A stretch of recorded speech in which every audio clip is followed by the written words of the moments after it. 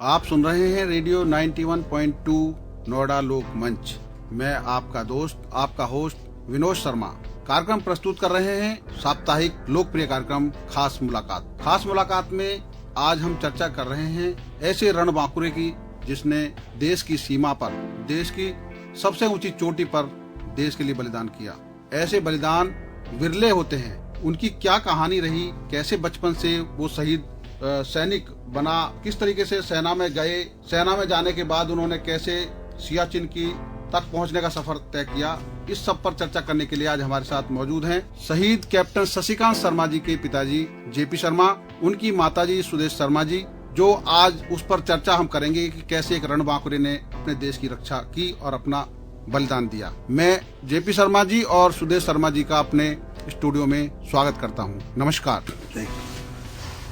सबसे पहला सवाल मैं शशिकांत जी की माता जी सुदेश जी से पूछूंगा कि कैसे बचपन में शशिकांत जी अपना व्यवहार दिखाते थे, किस तरीके से उनको लगता था आपको कि वो एक दिन सेना में जाएंगे? हाँ, उसका 28 फरवरी 1973 में उसका जन्म हुआ था जी। उसके बाद में आगरा में ही उसका जन्म हुआ था। तो आगरा के 2-3 साल जो थे उसको तो इतनी समझ नहीं थी। उसके बाद में जैसे ही हमारी पोस्टिंग हुई बेंगलोर में, तो वहाँ हमने इसको मतलब आगरा में जो थे बाहर रहते थे, इस कारण कैंप एरिया का इतना इसको पता नहीं चला। आगरा में जब पोस्टिंग आई बेंगलोर में, तो बेंगलोर में हमें जो क्वार्टर मिला था गवर्नमेंट का, वो जो था कि कैंप के अंदर था। तो जो कैंप के अंदर तब जो थोड़ा मतलब 3 साल का भी हो गया था, स्कूल जाने के लिए इसको नर्सरी केजी में डाला। तो तब जो मतलब यूनिफॉर्म पहन के जाते थे हमारे घर के आगे साइकिल में ड्यूटी करने के लिए, उनको बड़े गौर से देखता रहता था। और जब पापा भी आते थे इनके यूनिफॉर्म पहन के, इनकी कैप पहन के, उसको मतलब सिर पे रखना, सलूट मारना बचपन में ही अभी। उसके बाद में जब मतलब इसको नर्सरी केजी में डाला, तो तब भी इसका जो मतलब होता था, ध्यान होता था। जो आर्मी वाले वहाँ सारे छोड़ने आते थे यूनिफॉर्म में, तो ये भी आके बोलता था कि मम्मा जी सारे एक ही यूनिफॉर्म पहनते हैं, इनके पास और कपड़े नहीं हैं। तो मैं कहती थी नहीं बेटे, जो सर्विस ही ऐसी है कि इसमें हमें एक यूनिफॉर्म पहन के उसके बाद जब घर आना है तब दूसरे कपड़े पहनने जाते हैं। तो ये कहता था कि मैं नहीं पहन सकता ऐसे। मैंने कहा आपकी स्कूल यूनिफॉर्म है बेटे, आप स्कूल में एक ही यूनिफॉर्म पहन के जाते हो और घर आन के चेंज करते हो। इसी तरह जब तक बड़े हो जाओगे उसके बाद में आपका भी जिधर भी जाना होगा, जो भी होगा वो हम बताएंगे, आप बताना, जैसे भी होगा वो बाद की बात है। अभी आप अपना पढ़ाई की तरफ ध्यान। उसके बाद फिर हमारी पोस्टिंग जो थी वो बेंगलोर से इसने नर्सरी करी, केजी करी। उसके बाद हमारी दिल्ली पोस्टिंग पालम में आ गई। पालम में इसको फिर हमने स्कूल में जब डाला, वो भी हमने जो मतलब घर लिया था, अभी क्वार्टर तो नहीं मिला था, घर लिया, वो शेयरिंग पे कैंप के अंदर ही था। वहाँ भी इसने गाड़ियों पे जाना, सबको जाते हुए स्कूटरों पे देखना, साइकिलों पे देखना। तो ये बड़ा उस समय में तो इसको यही रहता था कि ये यूनिफॉर्म बड़ी वो स्मार्ट लगते हैं, बड़े वो लगते हैं। मैंने कहा नहीं बेटे, आप भी अपने स्कूल के यूनिफॉर्म में भी बहुत स्मार्ट लगते हैं। तो इसी तरह चलता उसका मतलब थोड़ा सिविल को तो देखता नहीं था ज्यादातर इधर उधर, वो तभी होता था जब हम छुट्टी जाते थे। उसके बाद में इसकी जो थी वहाँ पर इसने फर्स्ट करी, फर्स्ट सेकंड वहाँ करने के बाद में फिर हमारी पालम से हम जो थे रेसकोर्स में आ गए। रेसकोर्स स्कूल फिर इसका चेंज हुआ, वहाँ इसने सिविलियन को देखना शुरू करा। वहाँ देखते देखते इसके दिमाग में मतलब जो शुरुआत बैठ गई थी वो यही थी कि आर्मी वाले बहुत सिविल वालों से ज्यादा वो स्मार्ट लगते हैं। तो फिर मैंने इसको जब मतलब 5वीं 6वीं में गया, इसको पूरी नॉलेज हो गई थी कि क्या करना है क्या नहीं करना। तब मैंने इसको बोला था कि बेटे अभी आप अपना कैरियर चुन सकते हो, उसी तरफ से आप अपनी पढ़ाई की तरफ ध्यान दो। तो इसने जो था कहा कि नहीं मम्मा मैं एयरफोर्स में नहीं जाऊंगा। मैंने कहा क्यों? कहते हैं और पापा जाते हैं और 12-1 बजे घर आ जाते हैं। सुबह जब जाते 7 बजे, 7 बजे ये भी स्कूल चला जाता था। वो अभी 4 बजे आता था, पापा इसके 1:30 बजे इनकी छुट्टी हो जाती थी, घर आ जाते थे। कहते आर्मी वाले जो है ना वो सारा दिन घूमते रहते हैं, मैं आर्मी का ही वो बनूंगा। अच्छा। मैंने कहा ठीक है। तब ये छोटी भी बोला भी करता था, मम्मा मुझे आर्मी ऑफिस आर्मी ऑफिसर बनाना, नेता ना बनाना, मेरे को याद ही नहीं है। हाँ, फौजी अफसर बनाना। हाँ, फौजी अफसर बनाना। कुछ ये था। तो वो मतलब इसका मेरे को भी मन में हो गया। फिर मैंने इसको जो था कि डरता बहुत था उस समय। कोई भी जरा सी भी चीज होती थी काकरोच से, इससे जो बहुत डर जाता था। अच्छा। हाँ, डर जाता था। रात को बाथरूम में अकेला नहीं जाता था। उसके लिए फिर मैंने इसको यही कहा, मैंने कहा बेटे ये आर्मी में जाना है तो ये जो चीजें हैं ना, डर अपना थोड़ा धीरे धीरे काम करो। कहता नहीं मम्मा ऐसा नहीं हो सकता, मेरे को बहुत डर लगता है, छिपकली से लगता है, उससे लगता है। खैर वो मतलब इसका चलता रहा, थोड़ी डर निकला नहीं, वो चलता रहा साथ में। मैं भी जाती थी, मैं भी सोचती थी अभी बहुत टाइम है, इतना एकदम इसके ऊपर दबाव डालना ठीक नहीं है। उसके बाद में फिर इसने दिल्ली में ही फिर हम मतलब हिंडन आ गए। हिंडन से इसने जो थे 2 साल वहाँ अपनी करी। हिंडन से फिर हमें जो नोएडा में घर मिल गया 84 में। 84 में हम नोएडा में आ गए। नोएडा में आने के बाद इसका काफी मतलब जो शौक थे वो भी बचपन में, गान ले दो, दिवाली आई है, और टैंक, वो बड़ी गान, छोटी गान, पिस्टल, ये सब इसको लेने का शौक रहता। अच्छा। तो वही ये एक बार हमारे घर में ही घर में ही ये मतलब प्रैक्टिस कर रहे थे, तो थोड़ा बाहर की बाउंड्री आपने 1840 की देखी, बाहर की बाउंड्री जो है वो काफी लंबी थी, उसमें जो रख के निशाना लगा रहे थे। वो निशाना जो था बाहर एक साइकिल दूध वाला था, उसको जाके लगा। उसके बाद में फिर इसने मतलब मैंने कहा कि चिड़िया मरी एक, उसको भी इसका बहुत दुख लगा कि नहीं मैं ऐसा काम नहीं करूंगा जिससे किसी का नुकसान हो जाए, ये हो जाए। उसके बाद में मैंने कहा कि बेटे ये छोटी छोटी चीजें हैं, निशाना लगाना है तो ध्यान से लगाओ कि ताकि किसी को नुकसान नहीं पहुंचे। आप अपनी प्रैक्टिस भी करो मगर निशाना भी लगाओ। ये नहीं है कि आपको वो हुआ है तो आप छोड़ दोगे, छोड़ो नहीं, आप निशाना ढंग से लगाओ। उससे इसका लगाव जो था मतलब इधर इंटरेस्ट बढ़ता गया। फिर कोई भी चीज होती थी तो इसने मतलब वही अपना पूरा शौक करना कि मैं किस तरीके से कहानियां पढ़निया, कमांडो की लेके, कमांडो की वो आती थी मैगजीन एक, वो इसने ले लेके वो पढ़ते रहना, उनके स्केच बनाते रहना और सब जे काम करते रहना इसका। तो मेरे मन में भी हो गया था। फिर मैंने इसको जब ये 12th में 11th में गया तो पढ़ाई में जो था बड़ा ही मतलब ये एकदम कोई इसके मतलब वो नहीं है। दिल्ली के HL भगत जी ने इनको मतलब 4th में पूरे अपने स्कूल में से फर्स्ट आया था एरिया में, जिसको प्राइज दिया।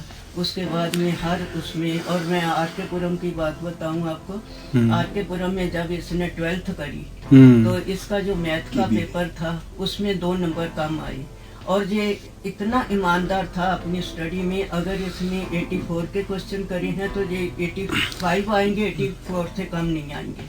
अगर इसने मतलब इसको पता होता था कि मेरे इतने मार्क्स उसमें जो थे, इसका ये कहता मम्मा मेरे 98 आ ही नहीं सकते, मैं सेकंड हो ही नहीं सकता, मेरे 2 नंबर जो काटे हैं वो क्यों काटे गए हैं, मैं इस चीज के लिए बहुत वो हूँ।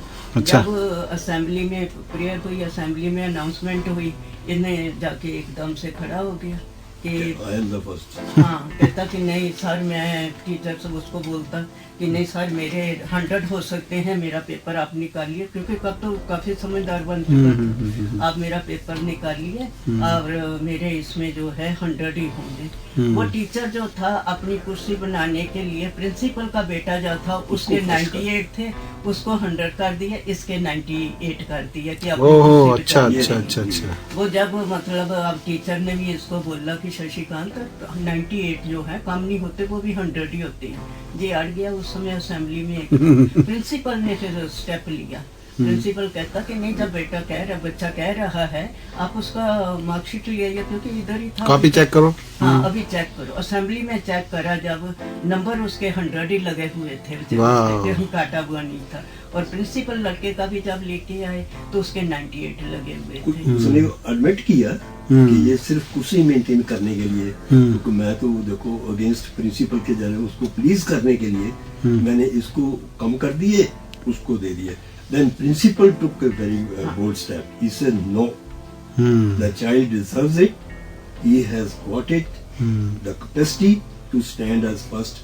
I don't bother my son does not deserve that. उसकी वर्डिंग मुझे प्रिंसिपल की भी वर्डिंग थी, उसने बहुत मतलब कि शरेआम कह दिया, know that is wrong, assembly में कह दिया। तो टीचर को फिर उसने बड़ी मतलब कि फॉलो अप किया कि why you do like this. एक बच्चा इतना इंटेलिजेंट होशियार है और उसको आप उसने सीधा कह दिया सर मैं आपके बच्चे को कैसे डाउन कर सकता हूँ, कहते sorry you are mistaken my dear. उसने मतलब कि उसको जितनी देर तक भी हम वहाँ रहे आप मानोगे नहीं, वो इतना प्रिंसिपल इम्प्रेस्ड हुआ तीसरे शर्मा जी, इनसे मुलाकात करवा लेता था कि मुझे ये बताओ कि आप पढ़ाते कहते हो उसको। मतलब वैसे भी बैकग्राउंड थी। तो इसकी टीचर जो थी वो गाराना मेरे से पूछा करती, मैं इसको जब छोड़ने जाना स्कूल ये भी हिंडन में, तो हिंडन में था मैं उस समय, तो इसको जब छोड़ करके इसने बाय बाय करना तो टीचर इसकी जो ना देखती रहती थी। तो ज्यादातर मुझे बुला लिया, मेरे को बोलती शर्मा जी मुझे ये बताओ कि ये, मैं कहा मैं पढ़ाता नहीं हूँ, मेरी जॉब ऐसी है कि मैं सुबह जाता हूँ शाम को आता हूँ, घर में जो भी करते हैं वो मैं का वाइफ करती है। कहते नहीं हम देखना चाहते हैं उनसे, आप लेके आइए नहीं तो हम आपके घर आएंगे। मैंने बोला जो मोस्ट वेलकम। आप मानोगे नहीं, वो मेरे कहने पर आए, उन्होंने इनसे पूछा, इनका फर्स्ट क्वेश्चन उनका यही था कि मुझे हमें ये बताओ कि इसको पढ़ाते कैसे। वो बोलते कहते कि देखो ये ऐसे मैंने उनको यही बोला, मैंने कहा कि देखो मैं ज्यादा पढ़ी लिखी नहीं हूँ, मेरी कंपनी जो है वो बच्चों के साथ में है, जब तक जो होमवर्क पूरा नहीं कर लेते, जो मतलब आपने दिया है होमवर्क वो मैं सुन लेती हूँ, वो इनको देख लेती हूँ, वो जब पूरा हो जाता है उसके बाद में बच्चों को भी डर ये है कि मम्मा बैठी हुई है, मैं कोई गलत काम नहीं वो कर सकता, चीटिंग नहीं कर सकता, कुछ नहीं कर सकता। मेरी कंपनी बच्चों के साथ रहती थी, चाहे मैं अपना कोई भी काम करती रहती थी या कुछ भी करती थी, मगर जो रात के 12 बजे हैं तो 12 बजे तक उनके पास हूँ, 2 बजे हैं काम नहीं खत्म हुआ, ज्यादा है एग्जाम है, और कभी कभी विनोद जी आप यकीन करो कि मतलब दिन चढ़ जाता था, 4-4 बज जाते थे। वो मतलब बैठा बैठा ऐसे सोने लगता था, कहता मम्मा मेरे को नींद आ रही है, मैं चल के थोड़ा सा फिर मैं याद करता हूँ ताकि नींद चली जाएगी। इतना उसको इस चीज का वो मतलब अंदर पड़ गया था। शायद मेरी कंपनी थी उनको पसंद है कैसे भी था, तो वो मतलब करते रहते थे। उसके बाद जब इसका मतलब ये हुआ, जब एनडीए का एग्जाम इसने क्लियर करा, उसके बाद में मैंने कहा कि बेटे सबसे पहले आप अपने आरके पुरम वाले प्रिंसिपल के पास जाओ, उनका आशीर्वाद लेके आओ और उसके बाद में आप करना। मैंने इसको तब भी बोला था, मैंने कहा बेटे इतना ओवर कॉन्फिडेंस मत हो कि ताकि कल को आपका 1 साल वेस्ट जाएगा। 1 साल की वैल्यू यूनिफॉर्म पहननी है जहाँ जो कोई भी जो उसमें जाओगे उसकी वैल्यू बहुत ज्यादा है। आप साथ में मेडिकल का या किसी और का कर लो। इसकी वर्डिंग थी कि मम्मा आप मेरे ऊपर भरोसा रखो, पेपर मैंने दिया है, अगर मैं मेरे मैथ में से और दूसरे जो पेपर हैं उनमें से मेरा मेरिट के ऊपर ही जाएगा, मेरिट के नीचे नहीं आएगा। तो तब इसका नंबर जो था वो मतलब पूरी मेरिट लिस्ट में 10वां और 11वां नंबर आया था। उसमें एयरफोर्स के लिए नहीं हुआ था क्योंकि एनक लगी हुई थी इसकी, वो नहीं हुआ। नेवी में हो गया और आर्मी में हो गया। मैंने कहा दोनों चांस है बेटे, जो अभी आपने डिसाइड करना, क्योंकि आगे इंटरव्यू के लिए भी उसी तरह की आप तैयारी करोगे। ये कहता नहीं मम्मा मैं आर्मी में जाऊँ। तब इसने मतलब आर्मी जो थी वो ज्वाइन करी। और मैं शर्मा एक चीज बताइए कि जब इनका आर्मी में सिलेक्शन हो गया और पहली बार जब पोस्टिंग हुई तो कहाँ हुई, और जब वो जा रहे थे घर से आर्मी के लिए पहली बार तो हाँ, तो आपको कैसा लगा उस समय का अनुभव बताइए। मुझे आप हैरान रहेंगे कि मेरी भी शुरू से यही ख्वाहिश थी कि मेरे बेटे जो, क्योंकि मुझे I used to feel proud in my uniform, और उसी बेस के ऊपर मुझे ये भी मेरी डिजायर थी कि भगवान अगर मुझे खुशी दी तो मैं उनको भी डिफेंस में ही भेजूंगा। और मुझे इस चीज का गर्व भी है कि शशिकांत ने उसको मेंटेन किया। उसने अब एक छोटी सी इंसिडेंस यहाँ आती है जी, उसको ट्रेनिंग देने के लिए मेरा तो यही था कि मैं सपोर्ट इसको करूँ, चाहे कुछ भी हो, फाइनेंशियल हो, कुछ भी हो। हाँ, बिल्कुल टाइम तो ये देते थे, बिल्कुल बाकी फाइनेंशियली या जैसे भी था, मैं के बच्चे को इनकरेज करना जो है अब उसका इंटरेस्ट है। आप मानोगे विनोद जी, इसने एक प्रिंसिपल था हमारे एरिया में, आप तो शायद नहीं जानते, बगल में उसने कोचिंग क्लासेस रखी थी। मैंने इसको उधर भेजा, मैं कहा बेटे you are trying for NDA, कोई वर्क नहीं, आप महीना 2 महीने इससे कोचिंग ले लो। कहता डैड आप जानते हो उसकी फी कितनी है? मैं कहा क्या है? कहता 1 घंटे का 100 रुपया। मैं कहा फिर क्या? You go head, I am here. कहता नो, ऐसे नहीं है। आप मानोगे नहीं कि कहाँ से उसने गाइडलाइन ली, कहाँ से किताबें ली। हाँ, 1-2 बार उसने मुझे जरूर बोला कि डैड अपनी लाइब्रेरी से मुझे ये किताब मिल जाए तो अच्छा। मैंने ट्राई की, उन्होंने बोला सर कोई दिक्कत ही नहीं। अच्छा, लकीली ऐसे था कि ये आपके कृपा से यहाँ भी रहे। ज्यादातर मैं रेस कोर्स में था, तो वहाँ ये था कि मुझे बीइंग इन अकाउंट्स एक टेलीफोन करना, वहाँ के जो लाइब्रेरियन के थे, एजुकेशन वाले जो थे, वो बाई करके दे देते थे। कहते आप हमें सेवा का मौका दो। एंड शशि की डिजायर जो थी इस तरीके से भगवान ने वो सारी पूरी की, और he was able to achieve his target. और वाकई मुझे इस चीज का गर्व है कि मैं अगर थोड़ी बहुत भागदौड़ भी करता था, लेकिन उसने जो मेहनत की उसको बिना किसी कोचिंग के एनडीए में जाना बिल्कुल एक आसान काम नहीं था। फिर आप एक और चीज उसकी बताऊं, वहां जाने के बाद भी आप हैरान रहेंगे कि during the training period academy में ही स्टूड फर्स्ट। अच्छा, एक्सीलेंट वर्ड दिया इन प्राइज। मुझे अभी भी उसका सर्टिफिकेट है, किताबें, he was giving book prizes, पता नहीं क्या क्या कुछ। So right from beginning I am very lucky कि उसने थोड़ा सा आगे बढ़ा, लेकिन जितना मैंने उसको इनकरेज किया उनसे ज्यादा इनसे ज्यादा बिल्कुल। और उसने दिखा भी दिया कि मम्मा अगर आपने इतना टाइम मेरे को दिया तो उसने दिया। और वाकई जिस दिन वो कमीशन मिला, तो जब हम स्टार लगा रहे थे तो उस समय याद आया कि ये वाकई फुल डिवोशन है। उसकी वर्डिंग भी थी क्या, जब ये अगर आज मुझे जो स्टार मिल रहा है, हाँ, जून में, जब 10 जून 95 तो जब देहरादून में पासिंग आउट हुई, हम वर कॉल्ड, और जब उसको स्टार लगा रहे थे शिवा, तो मैंने बोला नो। और उसकी वर्डिंग भी थी, मैंने तो कहा ही था अगर इसको स्टार आज देने वाली है तो इसकी मम्मा है। जिस तरीके से इन्होंने इसको आगे यहाँ तक पहुंचाया, उसका श्रेय पूरा का पूरा जो है इनको जाता है। एंड आई फील प्राउड कि उसने आखिर दम तक भी जाने के बाद भी जब भी कहा, इन्होंने एक ही वर्ड कहा था कि बेटे सारे बोलते हैं कि वो जगह बहुत खतरनाक है, आपने क्यों वॉलंटियर किया? अब मानोगे नहीं, आपको तो पता ही है, अमृतसर में पीच एरिया की पोस्टिंग, मेरे होम टाउन पोस्टिंग, मेरा घर अमृतसर है के बगल में, जी। उसकी पोस्टिंग अमृतसर हुई थी। लेकिन इसने वो जोश में आके क्या उसके मन में था, वॉलंटियर कर दिया। उसके सीईओ ने भी बोला कि Shashi you got lot of chances, अभी पहले एंजॉय करो, चांसेस बहुत है, बहुत मिलेंगे आपको। बता सर वो जो दूसरे आएंगे फिर देखी जाएगा, लेकिन I don't want to miss this chance. He volunteer और लिखा हुआ था बिल्कुल। तो जब ये सियाचिन वाली घटना हुई थी, वो सियाचिन जाने से पहले कब गए थे यहाँ से, और जो वहाँ पे जब घटना हुई थी उसकी सूचना कैसे मिली थी? ये 28 फरवरी 98 को जी वहाँ सियाचिन में इसने रिपोर्टिंग करी थी। अच्छा। और मार्च में जाके इसको जो था कैप्टन का रैंक उन्होंने दे दिया था। मार्च में कैप्टन का रैंक जब मिलता है तब इसने मेरे को लिखा था कि मम्मा अब मैं कैप्टन बन गया हूँ और मेरी जिम्मेदारी भी बहुत ज्यादा हो गई है। और कभी क्योंकि तब जो थे हालात आज से 22 साल पहले सियाचिन के बहुत खराब होते थे, क्योंकि ना तो वहाँ कोई पहुँच सकता था, ना कोई, कभी मौसम ठीक होता था तो हेलीकॉप्टर जाता था, वो थोड़ा बहुत कर देता। आजकल तो मतलब जो स्नो स्कूटर और जो वो सब चीजें मोटरेबल हो गई है। अगर नरेश गया था तो बता रहा था वहाँ तो वाना टॉप तक जो है मोबाइल पहुँच गए हैं, मतलब घर में उनके जो हट बने हुए हैं उनमें टीवी लगे हुए हैं, हर चीज की सुविधा है।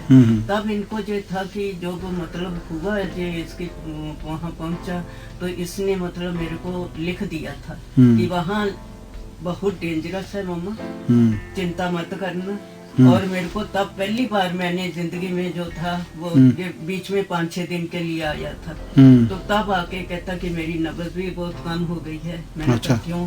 कहता कि नहीं वहाँ का क्लाइमेट ही ऐसा है। मुझे उस समय कोई पता नहीं था सियाचिन में क्या हालात होते हैं क्या नहीं होते। मैं इतनी मतलब नहीं, जब जो घर से जाने वाला था तब इसने मेरे को बोला था, मैंने तब बोला था क्योंकि 1-2 दिनों से मैंने बात करी तो कहते मिसेस शर्मा उसको पीस एरिया में आई हुई सर्विस है, आप क्यों मतलब बैठे बैठे वॉलंटियर कर रहे वो कर रहे हैं, बेटे को समझाओ। तो तब मैंने इसको, मैं भी डर गई अंदर से। मैंने कहा बेटे अभी तो शुरुआत हुई है, 2 साल की सर्विस तो कुछ भी नहीं है, बहुत आगे बढ़ गए। तो तब इसने मेरे को बोला था कि मम्मा अगर रास्ते में मैं जाता हूँ एक्सीडेंट हो जाता तो मेरे को बचा लोगे। मैंने कहा वो बात अलग है। कहता ये भी बात वो भी है, वहाँ जाना है, मैंने अपनी ड्यूटी करनी है वहाँ। ये मैं आपको बता दूं कि और 2-4 महीने के बाद युद्ध छिड़ना ही है, घुसपैठ बहुत ज्यादा हो रही है। तो मेरे को तब भी इतना मैंने सीरियस नहीं लिया। मुझे पता होता आज भी मैं उस चीज के लिए बहुत पछताती हूँ कि मैं मना करती, वो कभी मेरा मना नहीं टाल सकता था। उसके बाद में जब इसने मतलब वहाँ मेरे को लिखा कि घुसपैठ बहुत है, लड़ाई हो सकती है, तो आप इस चीजों को मतलब वो मत करना। जाती दफा जब घर से जाने लगा तो मेरे को कैसेट जो थी वो कैसेट 2-3 मेरे को दे के दिया। ये लता मंगेशकर का गाना ये मेरे देश के वतन, उसके पूरे गाने देशभक्ति के देशभक्ति के 3 कैसेट मेरे को दे के दिया कि मम्मा जब भी कभी परेशान हो ना ये कैसेट सुनना। तब मतलब ये नहीं होते थे तब वो कैसेट और वो उसी में ही चलते थे। हाँ टेप रिकॉर्ड। वो मैं जब मतलब किया तो मेरे को जाने लगा जिस दिन, उस दिन बोलता, मैंने कहा कि बेटे तू मानना नहीं ना तो क्यों मतलब कर रहा है। कहता मम्मा क्यों चिंता करती हो, आ गया तो आपका नहीं तो मैं देश का बन जाऊंगा। तब भी विनोद जी मैं ईमानदारी से कहती हूँ तब भी मुझे इसकी समझ नहीं आई कि क्या कह गया क्या नहीं कह गया, मैंने नहीं सोचा इसको। उसके बाद में जब ये मतलब वहाँ पहुँच गया तो वहाँ बस रोज ही मतलब कुछ न कुछ। उसके बाद में मैंने भी जो था सियाचिन का पेपरों में आता था तो वो कटिंग करके रखती थी, पढ़ती थी। उसमें मैंने एक ये पढ़ा कि एक मतलब उन्होंने अंडा रखा और वो ऐसा जम गया कि थोड़े मार के भी वो नहीं होता था, इतनी ठंड थी। हाँ इतना टेम्परेचर। फिर मैंने पेपर में पढ़ा एक में कि वहाँ तो 0 से मतलब -50 से मतलब 50 तक भी चला जाता है। तो मैंने कहा अभी तो मतलब इसका ये हाल है, जून जुलाई में ही इतनी हो रही है तो आगे सर्दियों में क्या होगा। हाँ आगे क्या होगा इसका। तो जब ये मतलब बीच में आया 5-6 दिनों के लिए तो तब मेरे को बोलता कि मम्मा मैं जो जहाँ बैठा हुआ हूँ ना वहाँ इतना खतरा नहीं है। तो मैंने कहा है तो सियाचिन ही ना बेटे। कहता नहीं वो लिखने वाले लिखते रहते हैं। वो डिफेंस मिनिस्टर किया जब तब भी इसने उनको रिसीव करा और उसके बाद में इसका मतलब आगे बढ़ता ही गया। वो इसके जो कमांडेंट अफसर बलोटिया थे, कर्नल बलोटिया, उन्होंने जब इसके मतलब उसके बाद में हमारे घर आए तो कहता कि आप यकीन करो कि इसके अंदर एक आग जल रही थी जो कि शांत करना चाहता था। हमने भी बहुत समझाया था कि जहाँ बैठे हुए हो बेस कैंप में, जहाँ अपनी ड्यूटी पूरी करो, अगर इतना शौक है आपको तो ये तब कोई भी चीज होती थी जो अपने आप को आगे कर देता कि नहीं मैं करूँगा, नहीं मैं करूँगा। पेट्रोल लगने का हुआ तब भी मतलब इसने अपना आगे कर दिया। तब इसने मेरे को लिखा था कि मम्मा मैं विदाउट फॉरेन वो मतलब वीजा तो वापस आ गया हूँ वहाँ से। वहाँ भी जो था उनके एरिया में पूरी सर्वे करके फोटोग्राफी लीक कर पाकिस्तान में जो भी इंफॉर्मेशन थी उनके एरिया में जो मिशन दिया गया, टॉस दी गई डिफेंस मिनिस्ट्री से, वो पूरा किया। और फिर इसने बोला कि मैं बिना वीजे के उनकी एरिया में करके सब कुछ आके दे दिया। एंड यू वोंट वो मेरे को नहीं लिखा, वो नरेश को लेटर लिखा है। इसके साथ बहुत ज्यादा मेरे को नहीं लिखा, नरेश के साथ मेरे को ये लिखा है। रोज एक लेटर आता था, उस 5-6 दिन नहीं आया तो उसने लिखा कि बहुत कोई कारण था जो मैं आपको लेटर नहीं लिख पाया। मैंने कहा चलो कोई बिजी अपनी सर्विस में बिजी हैं ऐसे भी हैं, मगर उसने इस चीज का जिक्र मेरे को नहीं किया। वो जिक्र जब उसके बाद में नरेश ने मेरे को लेटर पढ़ाया कि मामा ये था। और उसमें भी ये देखो कि बिलोटिया साहब जो कर्नल इसके सीईओ थे उन्होंने मेरे को बताया, कहते कि इसकी जो मतलब गए हैं वहाँ उनकी घुसपैठ करी है इन्होंने, तो वो उनको पाकिस्तान वालों को पता चल चुका था कि आ रहे हैं। हमारे मिनिस्ट्री से बार बार फोन आ रहा है कि उनको वापस बुलाओ। कहते कि हमारा ये है कि 24 घंटे में सिर्फ एक बार सिग्नल डाउन करते हैं, उसमें भी ओके करना होता है, बस ज्यादा बात नहीं कर सकते। तो तो ये बच्चा जो था कि वहाँ से भी वापस बच के आ गया, जबकि उनको इन्फॉर्मेशन थी कि हमारी घुसपैठ हो चुकी है इधर, इन्फॉर्मेशन के लिए आए। तब भी कुछ नहीं हुआ। तब भी इसने चिट्ठी में बहुत कुछ मतलब ऐसा ही लिखा नरेश को भी कि जिसको रखे साइयां मार सके ना, ये ऐसी बातें बहुत लिखता रहता था। और लेटर भी लिखता था, बाद में कुछ ना कुछ बनाता रहता था, कभी टैंक बना दिए, कभी कुछ बना दिए, तो कुछ ना कुछ करके भेजता ही रहता था। वो जब मतलब ये उसमें बाना टॉप पे पहुंचा है, वहाँ इसको 23 दिन बताने होते हैं। 23 दिन तो अक्सर जाता ही नहीं है कोई भी, क्योंकि इतना मतलब पैदल चलना और ये करना 22,000 फुट की हाइट पे है, -50 टेम्परेचर, 45, 50 ऑलवेज करता है। और वहाँ 23 दिन जो पूरा कर देता है ना, वो समझ ले तो भाई, तो इन्होंने तो दोबारा भी ले लिया ना 23 दिन का, इसने वो पूरा कर लिया, खत्म हो गया। इसका लेटर आया है कि मैं मतलब दिवाली में जो है लीवर वापस आना था। तो मेरे को इसने लिखा, ये फ्रिज को जिराफ बोलता था, जिराफ में मेरी जो है मिठाइयाँ बना के रखना, मैं आऊंगा तो आके पूरी खाऊंगा, जहाँ तो कुछ मिलता नहीं है। थोड़ा हिंट दिया इसने, जहाँ तो इतना नहीं मिलता।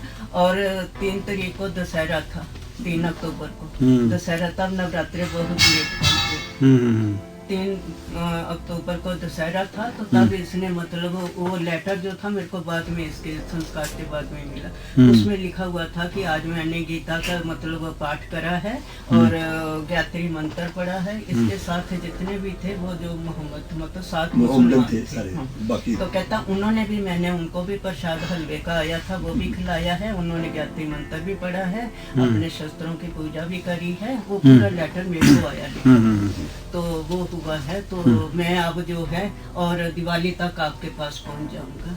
तो मैंने कहा कि भगवान का चलो शुक्र करा। तो 5 अक्टूबर को सूचना जो मिली, वो फिर बाद में पता लगा कि इसका जो है रिलीवर इधर गाजियाबाद का था, एक कैप्टन था जिसने रिलीव करना था, वो आया नहीं। तो फिर इसके सीईओ ने उसको बोला कि शशिकांत अगर आप माइंड न करें तो you stay for few more days. उसकी वर्डिंग थी, टेन्योर तो 23 डेज का होता है, इसका टेन्योर वापस हो गया था, इसने रिलीव करना था ये, क्योंकि वहाँ हर आदमी पहुंचने से अवॉइड करता है। तो ये जो कैप्टन था गाजियाबाद वाला, उसने अपना मेडिकल ग्राउंड बना के मतलब कि ये वायलेटेड, और इसने उसको सीईओ को भी बोल दिया, don't worry, you give me another 1 tenure, है जी, मुझे एक और टेन्योर। तब जाके फिर ये 3rd को इसने वापस आना था। 5th मॉर्निंग में अराउंड 1 o'clock के बीच में फर्स्ट मैसेज मुझे जो आया मेरे को एड्रेस किया हुआ था, उस पे लिखा था कि sorry to inform you sir कि योर सन इज इंजर्ड। अच्छा। और विनोद जी आप हैरान रहेंगे, पता नहीं मेरे मन से क्या बात, उस समय मैं कभी सोचा ही नहीं था कि he will have this situation या ये ऐसा आएगा। लेकिन मेरे एकदम जब उसने ऐसे की है तो मेरे से लिखा is he injured or is he no more, ये वर्डिंग पता नहीं क्यों निकली। अच्छा। और वाकई सुबह ये इंजर्ड का आया, शाम को उसने 3 गोली लगी हुई थी, फिर बिल्कुल क्लियर माथे पे, एक थाई पे थी, 2 एक पेट में थी, एक थाई में थी, और जो लास्ट ये जो थी जहाँ उन्होंने पट्टी बांधी थी ये थी ये।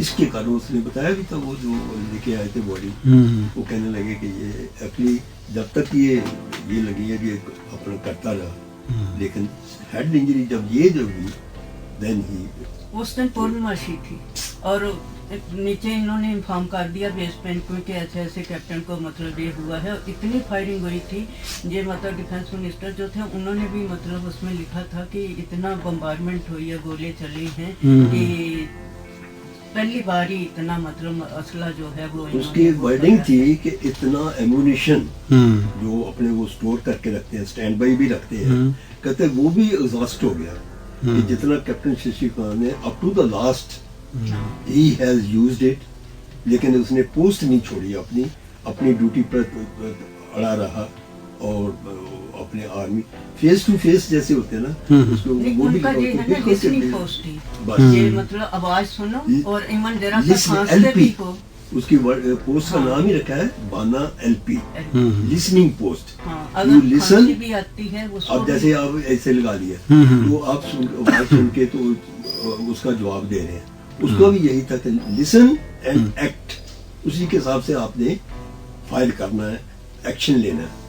जवानों को 3 जवान दिए होते हैं, ये कंपनी कमांडर, उनको फिर उसी हिसाब से गाइड वही कैप्टन करता है। कंपनी कमांडर जेडी था ना, कंपनी कमांडर तो जेडी था। अब एक आखिरी सवाल है कि आप नोएडा आए, नोएडा में उनको एक जगह जगह कुछ मार्गों के नामकरण हुए, सम्मान मिला, तो कोई ऐसी आपकी चाह है आज भी कि अगर ऐसा और हो तो सम्मान थोड़ा और बढ़ेगा शहीद का? मैं यहाँ थोड़ा सा उससे पहले ऐड करूंगा जी। अगर आज हम यहाँ भी बैठे हैं और अगर आज आप शशिकांत के बारे में जी उसको अगर शहीद का दर्जा भी दिया है जी जी तो उसको देने वाला कौन है? जी मिस्टर विनोद कुमार शर्मा, जो आज मेरे से ये क्वेश्चन कर रहे हैं। जी और मुझे इस चीज का गर्व है जी कि एक पता नहीं कोई हमारा आपके साथ कोई रिश्ता ही ऐसा था, जी कभी मुलाकात नहीं हुई थी, जी जी जी लेकिन आपने जिसको आपकी जो फर्स्ट वर्डिंग थी, जी। जो मुंह तोड़ जवाब दिया था, जी मैं उसको जिंदगी भर क्या मेरा परिवार भी नहीं उसको कभी भूलेगा। जी। आपकी वर्डिंग था जी। जब इन्होंने थापर को आगे कर दिया था और शशि को नीचे कर दिया था, तो आपने ही मुंह तोड़ के जवाब दिया था कि आप गलत कर रहे हो। जो नोएडा का अगर फर्स्ट शहीद है तो वो कैप्टन शशिकांत शर्मा है। जी और तब से ही फिर उनकी आंखों में थोड़ी जागृति आई कि हम तो बड़ी बहुत गलती कर रहे थे। जो आपकी जो स्टेटमेंट थी वो एब्सोल्युटली 105% करेक्ट थी। और उसके बाद फिर उन्होंने इसको लिया कि एक्चुअली वाकई अगर नोएडा का शहीद है पहला तो वो शशिकांत है। तब से फिर आपके गुड विशेष से, आपके इनिशिएटिव से आज तक वो आदरमान सरकार जो है वो दिया जा रहा है and we are proud of it. तो आपने सुना शहीद शशिकांत शर्मा जी की बलिदान की ये गाथा। यह गाथा प्रेरित करती है ऐसे नौजवानों को जो देश की रक्षा में आगे बढ़ने का संकल्प लेते हैं। और आपने सुना कि कैसे बालक शशिकांत ने मन में ही ठान लिया था कि वह एक दिन सेना का हिस्सा बनेंगे, और उन्होंने वो कर दिखाया। और ऐसी जो दुनिया की सबसे ऊंची चौकी सियाचिन पर बलिदान दिया, जो इतनी ऊंचाई पर थी कि जहां पर टेम्परेचर भी -45 के आसपास है। तो ये एक गाथा है जो हमारे नोएडा के शहीद कैप्टन शशिकांत शर्मा की। आप सुन रहे थे रेडियो 91.2 नोएडा लोक मंच, आपकी अपनी आवाज।